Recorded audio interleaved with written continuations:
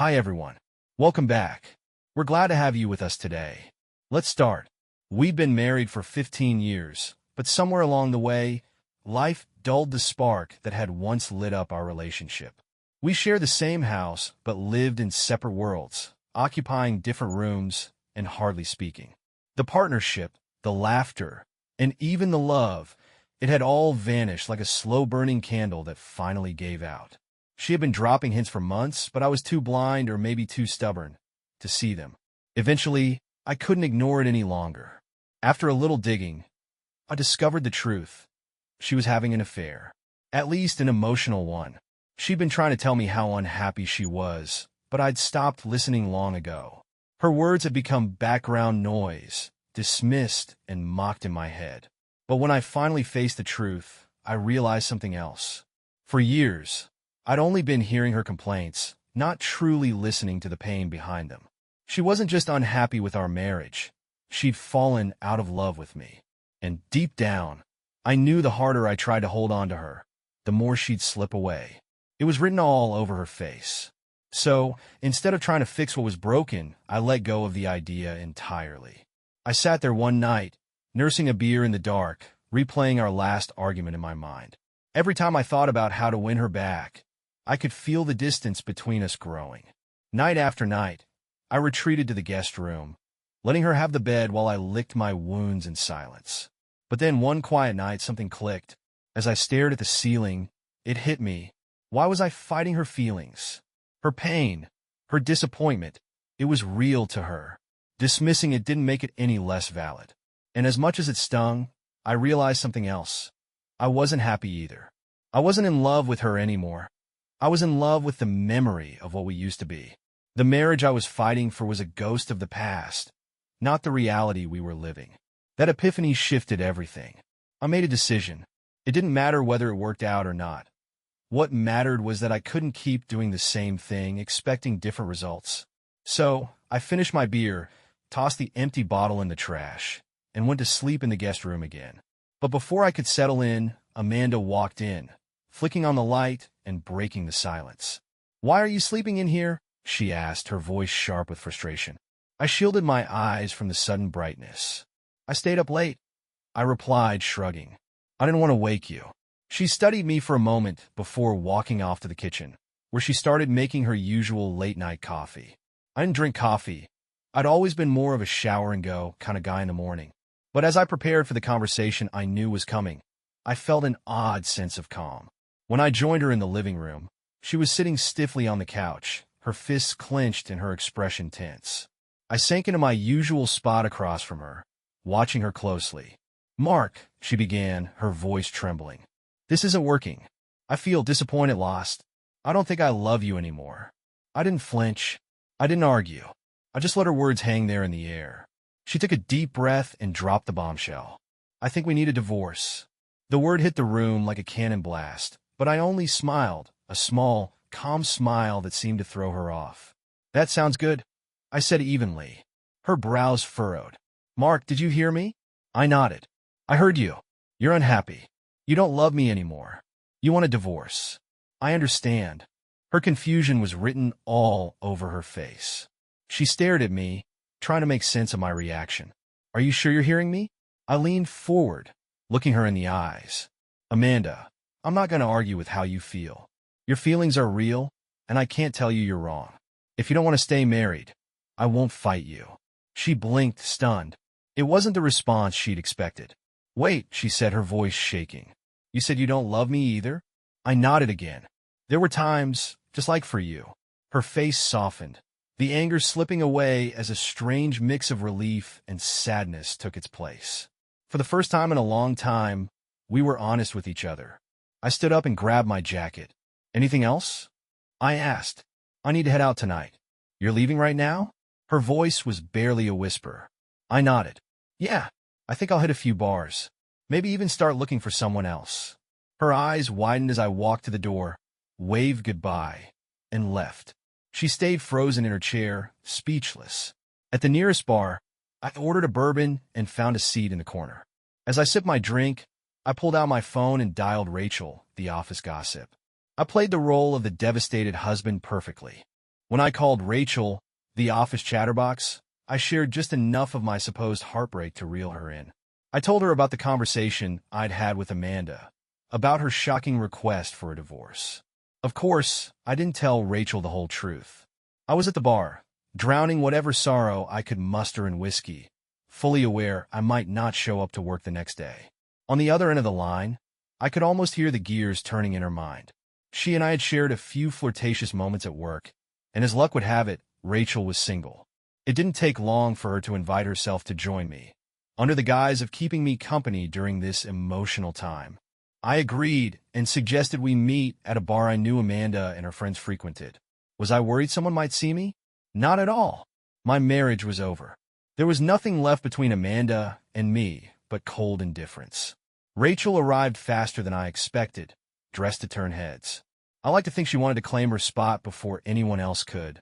When she saw me, though, her confident smile faltered. My relaxed demeanor didn't exactly scream heartbroken. I wasn't slumped over my drink or staring into the distance.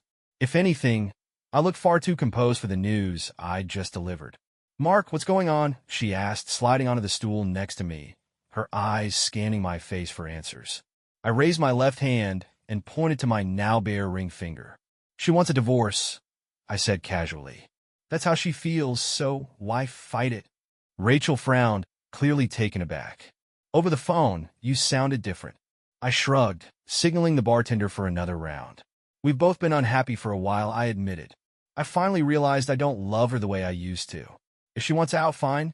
I'm not going to sit around feeling sorry for myself." Rachel sipped her Cosmo, her eyes never leaving me. I could see the conflict in her expression, confusion mixed with intrigue, maybe even admiration for how well I seemed to be taking it. "You know what?" I said suddenly, standing up and offering her my hand. "Let's dance." She hesitated, glancing at me uncertainly. "Mark, what are you planning to do?" I pulled her closer, feeling the warmth of her body against mine. "Right now, I want to dance with you. And honestly, I've wanted it for a long time." Her lips curled into a hesitant smile. "If this is just about getting back at her," I raised an eyebrow. "Maybe it is," I said with a smirk. "But right now, I don't care." Rachel relaxed into me, her movements becoming more fluid as the music carried us. The night blurred after that. She was fun, sharp-witted, and far more attractive than Amanda ever gave her credit for. It felt good not to have to call home, not to have to explain myself. Rachel made me feel wanted, and for now, that was enough. When the evening wound down, I walked her to her car. She leaned against the door, her lips finding mine in the dim glow of the parking lot lights. It was a kiss that felt like a promise, not of love, but of validation. "See you tomorrow at work," I said, opening the door for her. She nodded, her expression understanding. I made it clear I wasn't looking for anything serious. She was smart enough to know this was just for fun, and I had no doubt by the next day, everyone in the office would know about our little rendezvous. When I got home, Amanda was already in bed, but the moment she heard me come in, she jumped up, her face tight with worry. "Where have you been?" she snapped. I hung my coat in the closet, taking my time as I started undressing. "I told you I was leaving," I said, my tone even. "Why should you care?" Her expression softened, worry replacing the irritation. "Mark, I thought you might do something to yourself." I couldn't help but laugh. "Amanda, I know how you feel. You want a divorce. I get it. Au fine." She watched me as I gathered my pillow and clothes for the next day. Her voice broke the silence as I turned to leave. "Mark, wait." I paused, shifting the bundle in my arms. "What?" She hesitated, her eyes fixed on the floor. "You don't have to sleep in the guest room." I raised an eyebrow, making no move to respond. "Are you saying I should leave the bedroom entirely?" She gasped, shaking her head quickly. "No, that doesn't mean you can sleep here. With me, if you want." Her voice wavered, unsure. I could see the nervous tension in her posture, the way she wrung her hands. For the first time in a long time, Amanda seemed genuinely afraid of losing me. Not as a husband, but as a presence in her life.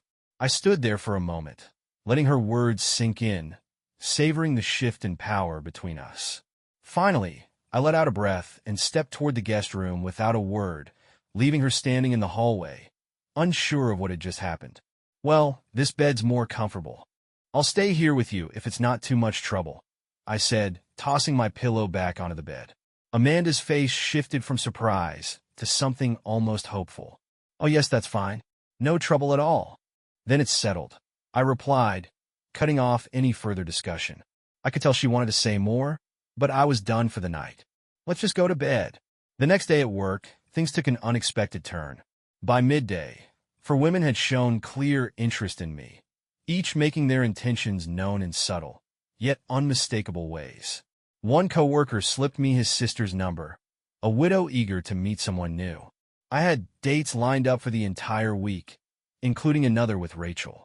But tonight I needed to keep things open. Amanda and I had unfinished business, and it was time to face it. When I walked through the door, Amanda was waiting, her body rigid with tension.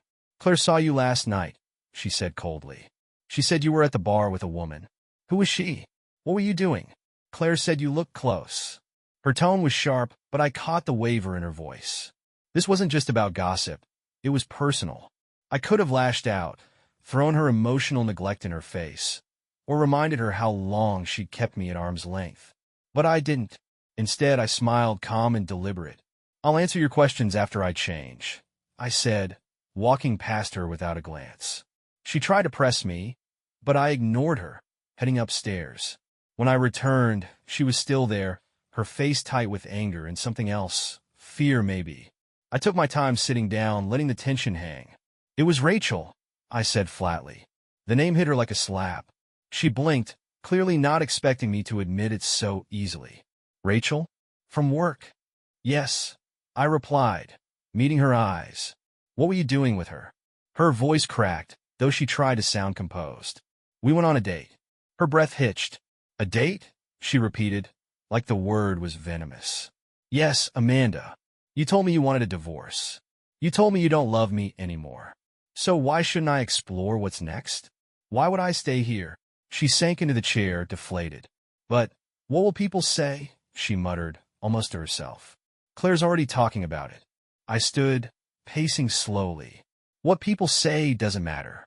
Let's talk about you, Amanda. What do you call a wife who emotionally checks out of her marriage and turns to another man for comfort? Who stays but doesn't care?" Her face paled. The accusation landed squarely where I aimed it. "What are you trying to say?" she whispered. I stopped pacing and looked directly at her. "How much do you think I know?" Her eyes widened, panic flooding her expression. "How much do you know?" she asked, barely audible. "Enough," I said, my voice sharp and deliberate. "I don't care whether you slept with him or not. The truth is you gave up on us long before I ever walked out that door last night. And now, I'm done. I'm moving forward, Amanda." I left her sitting there, hollow and silent, while I headed to the kitchen to make dinner. When I returned, she was still in the same spot, her eyes wet but her expression blank. She finally spoke, her voice trembling. "I'm sorry." "I'm sorry too," I said simply, clearing my plate. "I have plans for the week. Don't expect me home early. And if it makes you feel better, I'll sleep in the guest room." She didn't respond. That night, I left her to her own restless thoughts. The next evening, I met Kathy, a 35-year-old blonde with an easy laugh and sharp wit. We started with coffee, but on a whim, we ended up at a laser tag arena. Just the two of us against a group of teenagers. It was ridiculous, and we got destroyed, but the laughter was constant. Between rounds, we sat on the sidelines, sharing stories. After one particularly brutal loss, we collapsed side by side in the safe zone. I glanced over at her, feeling the pull of the moment. I leaned in and kissed her, and she kissed me back. It wasn't complicated. It wasn't forced. It just was. After dinner, I walked her to her house, kissed her again, and promised to call. She smiled, and for the first time in a while, so did I, genuinely. When I got home, I expected another battle with Amanda. Instead, she was different. She sat on the couch, quiet and subdued, almost fragile. "Hello," she said softly as I walked in. "Hey," I replied casually, hanging up my jacket. "You seem like you had a good time," she observed, her voice trying to sound indifferent. "I did," I said without elaborating. For the first time in months, we sat down and talked, really talked. Amanda's confession came haltingly, like she was afraid to say it out loud. I never slept with anyone. I kissed a few men. I shared my feelings with Justin from work. He wanted more, but I couldn't. I let the silence stretch before responding. Amanda, the details don't matter. You still betrayed me. We were a team, and you broke that bond. You didn't have to sleep with him for it to hurt. Her face crumpled, tears falling freely now. I should have been honest. And I should have listened, I admitted. The air between us felt heavy, but there was also a strange lightness, like the burden of pretending had finally lifted. She looked up at me, her voice trembling. Mark, I'm so confused. I don't know if I want a divorce anymore. I gave her a small, tired smile. Let me know when you figure it out. I'm not leaving, and I'm not kicking you out. I left her sitting there, the weight of her emotions holding her in place. I was already heading to the guest bedroom when Amanda called out. Are you still going to see Rachel? Yes, I said without hesitation. I'm seeing her, and others too. Do what you need to do. Figure it out. I have to do what's best for me. If we divorce, then maybe that's how it's meant to be. I stepped into the guest room, but Amanda followed, stopping at the doorway. Mark, she said softly. I turned mid-motion, pulling off my shirt. She stood there, eyes glistening with tears. Come back to bed, please, she begged. I hesitated, narrowing my eyes. Do you think that's wise? Tears streamed down her face. I don't know, she whispered, her voice trembling. I need you right now.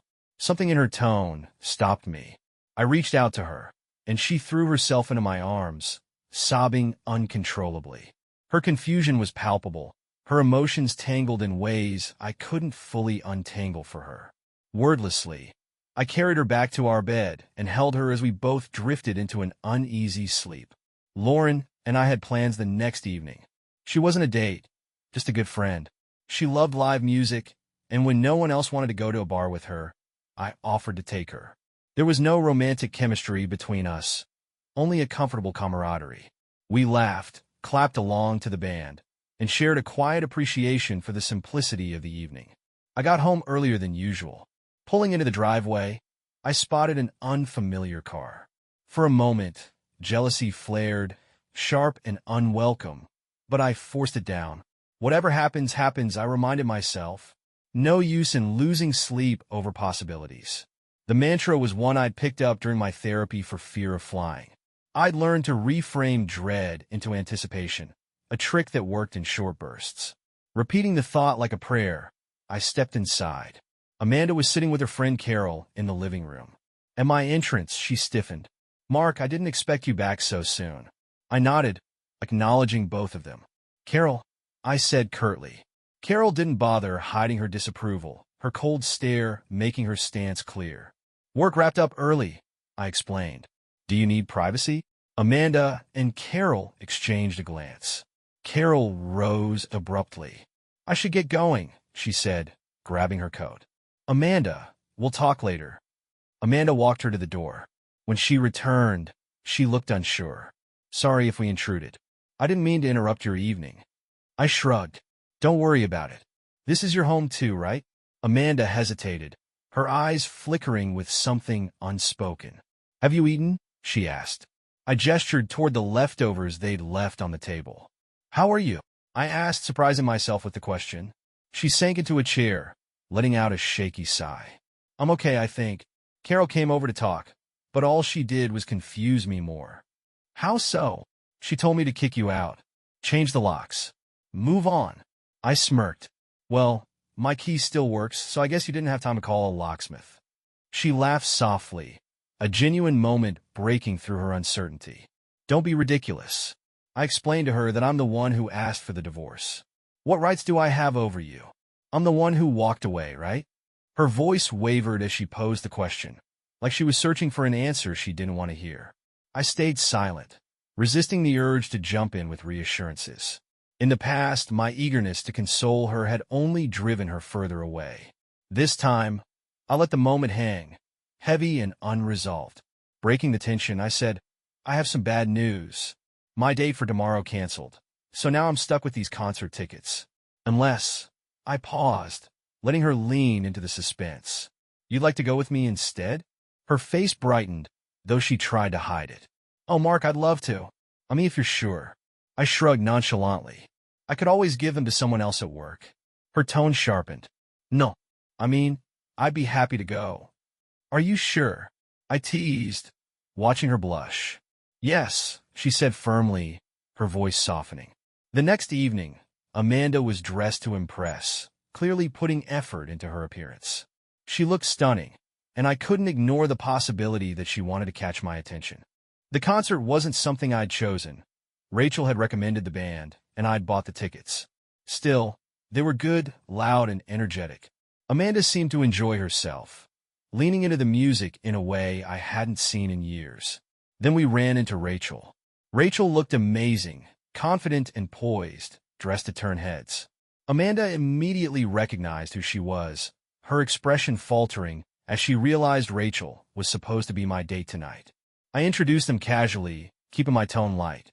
"Rachel, this is Amanda." "Amanda, Rachel." Rachel smiled politely. "Nice to meet you, Amanda."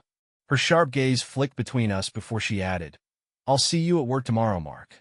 As she walked away, Amanda grabbed my hand, her grip firm. "Mark, where's your wedding ring?" I glanced at her, then down at my bare finger. "At home. I took it off after you asked for a divorce. I didn't think I'd need it anymore." Amanda stared at me, her anger flickering between confusion and disbelief. "We're not divorced yet." I smiled faintly, letting the music fill the silence. "Not yet." Several times during the concert, I went to the bar to refill our drinks. Each time, I felt Amanda's eyes on me.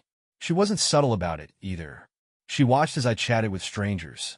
A couple of women even approached me, one slipping me her number with a playful grin after making me laugh. Amanda noticed, though she didn't say a word. I wasn't usually the type to flirt, but after Amanda had asked for a divorce, I let myself loosen up. I discovered I had a sharp, straightforward knack for it, and without the restraint I'd once imposed, I didn't feel the need to hold back anymore.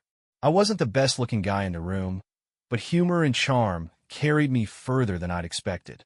For the first time in a long time, I felt Amanda truly watching me. Not as a husband she had grown tired of, but as the man she had once been drawn to. The car ride home was silent, heavy with unspoken thoughts. Neither of us broke it. When we got home and began getting ready for bed, Amanda finally spoke. "Mark," she asked hesitantly, "where's your wedding ring?" I nodded toward the sock drawer. "It's in there." She walked over, opened it, and pulled out the gold band. Turning it over in her hands, she stared at it like it was a relic from a life she could barely remember. Her eyes brimmed with tears as she looked at me. "It's yours now," I said quietly. "Throw it away. Sell it. Do whatever you want." She hesitated. "What should I do with it?" she asked softly. "That's up to you," I replied. At one time, that ring symbolized something. It was a shield, a warning to the world that I was taken. But now, I met her gaze, holding it steady. Now it just reminds me of what we used to have, and what we don't anymore. I stepped closer, closing her fingers around the ring. "When the time comes, you'll know what to do with it." She stood there, silent, holding the ring tightly. As I drifted off to sleep that night, I heard her voice, soft and almost shy. "Thank you for tonight. I really enjoyed the concert." "Anytime," I muttered, already fading into sleep. The next morning, Amanda had breakfast ready, eggs and bacon. The gesture wasn't lost on me, but what caught my attention more was her left hand. She was still wearing her wedding and engagement rings. Throughout breakfast, I noticed her fidgeting with them, twisting them around her finger as though they didn't fit quite right anymore. Later that day, I was at work when my phone buzzed. It was a call from Carol. "Carol," I said, surprised. "What can I do for you?" 30. Bohemia, she said tersely before hanging up. I stared at the phone, unsure of what to expect. Carol wasn't someone I knew well. She was Amanda's friend, someone who had always seemed more loyal to her than neutral toward me. Still, curiosity won out. That evening, I arrived at Bohemia, the bar where I'd first met Rachel. Carol was already seated at a table with a white linen cloth, her expression tight and unwelcoming. I sat down, and the waiter took our orders before Carol launched into her attack. "What the hell are you doing, Mark? Amanda is in agony, and you're out there dating other women right in front of her?" Heat flushed through my face. Embarrassment? Anger? Maybe both. I bit my tongue, forcing myself to stay calm. Anything I said here would likely be delivered straight back to Amanda. I took a deep breath and met Carol's glare. Carol, how much do you really know about what's going on with Amanda? I asked evenly. I know her husband is acting like a complete idiot, she snapped. I glanced around, aware of the curious eyes of nearby patrons. Carol, stop with the dramatics. Answer my question honestly, and I'll answer yours. I've got nothing to hide. She hesitated, her defensive posture softening slightly as the waiter brought our drinks. Amanda's confused, she admitted, lowering her voice. She's so confused that she thinks she needs to see other men to figure things out. I raised an eyebrow. Really? And you think that makes me the idiot? Carol flushed, looking down at her glass. We're just trying to help her figure out what she wants, she said defensively. I leaned in, my voice dropping. This is where I take issue, Carol. Why do you and her friends feel it's your responsibility to help her figure out her marriage? Shouldn't that be between Amanda and me? Carol's silence told me I'd hit a nerve. She's my friend, Carol said quietly. So what? I snapped. Shouldn't I be her best friend? Her partner? Her husband? If she had problems, why didn't she come to me first? Instead, she goes to you, her friends who think it's a good idea to take her places where she can figure out her feelings with other men. Men who, might I add, don't seem to care that she's still married. Carol's face tightened, but she didn't respond. I leaned back in my chair, letting the weight of my words settle between us. For once, Carol seemed at a loss, and I wasn't going to fill the silence for her. Carol turned pale, her face losing all its color. Her mouth opened as if to respond, but no words came. She seemed to have lost her appetite entirely, her fork resting untouched on the plate. The tension at the table was almost suffocating, but I didn't let up. My anger simmered just beneath the surface, controlled but unmistakable. Carol, I said, my voice low and deliberate. You're defending men who are kissing another man's wife. That's what you're supporting. She flinched as though I'd struck her. I leaned in, my eyes locking on hers. Let me ask you something. Are you married? She shook her head. Have you ever been married? Another shake. Do you have a degree in counseling? Silence. Then what gives you the right to interfere in someone else's marriage? You've never walked in my shoes, so how could you possibly understand what it's like? Carol gasped softly, her face a mix of shock and guilt. I didn't let her off the hook. You think you're helping Amanda, but all you're doing is meddling. Do you even know me? Have you ever taken the time to talk to me? To understand the man who's been her husband for 15 years? Or are you just making judgments based on Amanda's side of the story? Carol's lips trembled as tears threatened to spill over. She was on the verge of breaking, and I could see it. Good. She needed to feel the weight of her interference. Carol, I continued, my tone softening just slightly. Amanda told me she doesn't love me anymore. She said she wants a divorce. How am I supposed to respond to that? Beg her to stay? Pretend everything's fine while she decides how she feels? That's not fair, to her or to me. I stood, leaving most of my food untouched. I've realized something, I said, fixing her with a final, steady look. Other women see something in me that Amanda doesn't anymore. She pushed me away. I didn't push her, so I'm moving on. If she figures out what she wants, I'll listen, but I'm not putting my life on hold while she makes up her mind. With that, I turned and walked out of the restaurant, leaving Carol sitting there, stunned. I knew the moment I stepped outside, she'd be on the phone with Amanda. Let her. My words weren't just meant for Carol. They were meant for Amanda to hear. That evening, I met Sandra. She was different. Beautiful, intelligent, and confident. Sandra carried herself in a way that drew everyone's attention. We worked together, but it wasn't until a few months ago that I saw her playful side. One day, I'd been telling a joke to a group of coworkers when she walked in at the worst possible moment, right at the punchline. The room froze, all eyes on Sandra's reaction. She stared at me, her expression unreadable, and I braced myself for a scolding. But then she burst out laughing, her genuine amusement breaking the tension. Admitted that was funny, I'd said with a grin. From that moment, we'd formed an easy camaraderie. On our date, however, she wasn't just one of the guys. She was all woman. The evening flowed effortlessly. Conversation turned to laughter, and laughter turned to lingering glances. By the end of the night, Sandra allowed me to go further than anyone else had. But when a moment came, I pulled back. "I can't," I said, my voice heavy with regret. "Not yet." Sandra tilted her head, her expression understanding. "Amanda," she said simply. I nodded. "There's still too much unresolved." She smiled softly, brushing her fingers against mine. "When you're ready, you know where to find me." That night, I climbed into bed, exhausted from the week.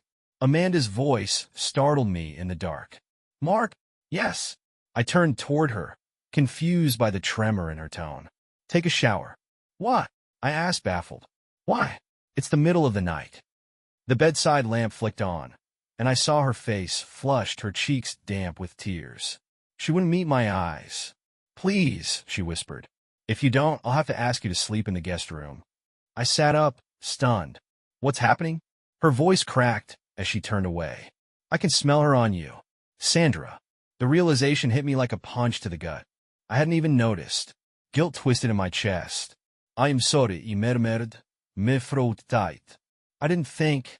"I can pretend," she interrupted, her voice shaking. "I can ignore the rumors my friends tell me. I can tell myself you're just out with the guys. But now, I can smell her on you. It's too real." I stood, walking to her side of the bed. Gently, I kissed her forehead, her tears warm against my lips. "I'm sorry. I didn't mean to hurt you. Let me take a shower, and I'll come back to bed." She nodded, her shoulders trembling. "Thank you," she whispered. The next morning, I woke up late.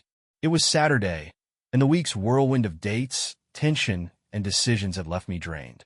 As I stumbled into the kitchen, I found Amanda there, setting the table with breakfast, eggs, bacon, and coffee. "You didn't have to this," I said, sitting down. She smiled faintly. "I wanted to." As we ate, I noticed her hand again. She was still wearing her wedding and engagement rings, though she fidgeted with them constantly, twisting them as though she were unsure whether to take them off or let them stay. "What are your plans for the weekend?" she asked after a while, her tone cautious. I took a sip of coffee, holding her gaze. "I don't have anything planned yet," I said. But even as I spoke, I could sense something shifting between us, something unspoken, hanging in the air like a storm on the horizon. "Mark," Amanda said softly, her voice trembling. She reached in her pocket and pulled something out, kneeling in front of me. When she opened her hand, my wedding ring sat in her palm. Slowly, she took my hand and looked up at me, her eyes filled with vulnerability. "I want to work on our marriage," she whispered. I don't think I really thought everything through. Without waiting for my answer, she carefully slid the ring back onto my finger. I didn't stop her. Her hands lingered on mine, trembling. "I still love you," she said, her voice breaking. She stayed kneeling, her eyes searching mine, waiting for me to say something. I let the silence stretch, letting her feel the weight of the moment. "Do you really feel that way?" I finally asked. She nodded, her sincerity clear. "No divorce," she said firmly. I took a breath, steadying myself. "What about the other men?" I asked, unsure if I wanted to hear the answer. "There's no one else but you," she replied, her voice steady, her gaze unwavering. This was the delicate part. "You need to understand something," I said carefully. "I'll still occasionally see other women." Her breath caught, and she swallowed hard, sitting back slightly as she processed my words. I could see the battle in her eyes, the conflict between her emotions and the reality I was laying before her. We sat in silence, locked in a stare, both of us unwilling to look away. Finally, she nodded. "I suppose I shouldn't be surprised," she said quietly, almost to herself. Then, her expression softened. "I think I'm in love with you, too." I reached for her, pulling her into a kiss that was raw, passionate, and unrestrained. She kissed me back with equal fervor, her desperation palpable. For the first time in years, we let go of the barriers that had built up between us. Amanda's insecurities were more visible now than ever, and I finally saw how much I'd overlooked. Over the years, I had been good to her in some ways, but I'd also dismissed her feelings, invalidating them with my arrogance. Every time she shared her heart, I'd argued with her, telling her why she was wrong. I saw now how that had created resentment and hostility, brick by brick, until the wall between us seemed insurmountable. It had taken this strange, unorthodox journey to bring us to a place of clarity. Amanda realized that if she walked away, there were others ready to take her place. That knowledge had reshaped her perspective, as it had mine. "Do you really have to see other women?" she asked, her voice barely above a whisper. I met her gaze, my tone even. "I'm not planning to see other men," I said. "But yes, I may see others from time to time. You're my wife, Amanda, but don't forget, I'm your husband. I won't forget about you." She gave me a small, resigned smile, her eyes filled with a mix of understanding and apprehension. "Take me to bed," she said, her voice soft but determined. "Show me what I've been missing. Show me what these other women see in you. Do you think you have what it takes to keep me?" I teased, flashing her a mischievous grin. She smiled back, her confidence returning. "I'll show you my love," she said, "and maybe wear you out so much that you won't have the energy for anyone else." Without another word, I swept her off her feet and carried her to the bedroom. We undressed each other with an urgency I hadn't felt in years. The passion between us was electric, every touch and kiss reigniting something I thought had long been extinguished. Amanda had always known me intimately, and as the night unfolded, she realized something else, that I hadn't slept with any of the other women. She didn't say it aloud, but I saw it in her expression, the relief, the recognition, and the quiet pride. For the rest of the day, she wore a knowing smile, though neither of us brought it up. What happened with my dates, or her encounters with other men, was a chapter we both silently agreed to leave in the past. From that point on, Amanda looked at me differently. There was a newfound reverence, a respect that hadn't been there before. My plan had worked, though not in the way I had expected. At first, I'd been too stubborn to let her words destroy me. When I saw how she reacted to my freedom, I pushed further, creating distance between us to remind her of what we had lost. The truth was simple. People want what they don't have and take for granted what they do. By freeing both of us from the constraints of our failing marriage, we found a way to reconnect, stronger than before. As for seeing other women, I haven't had to. Amanda knows that the first sign of her reverting to her old ways would send me back into the arms of someone else. We both understand that now. Together, we're working to not just listen to each other, but to truly hear each other. For the first time in years, we're rebuilding not the marriage we had, but the one we want. Dear listeners, please share your thoughts in the comments. And don't forget to subscribe to our channel. See you soon.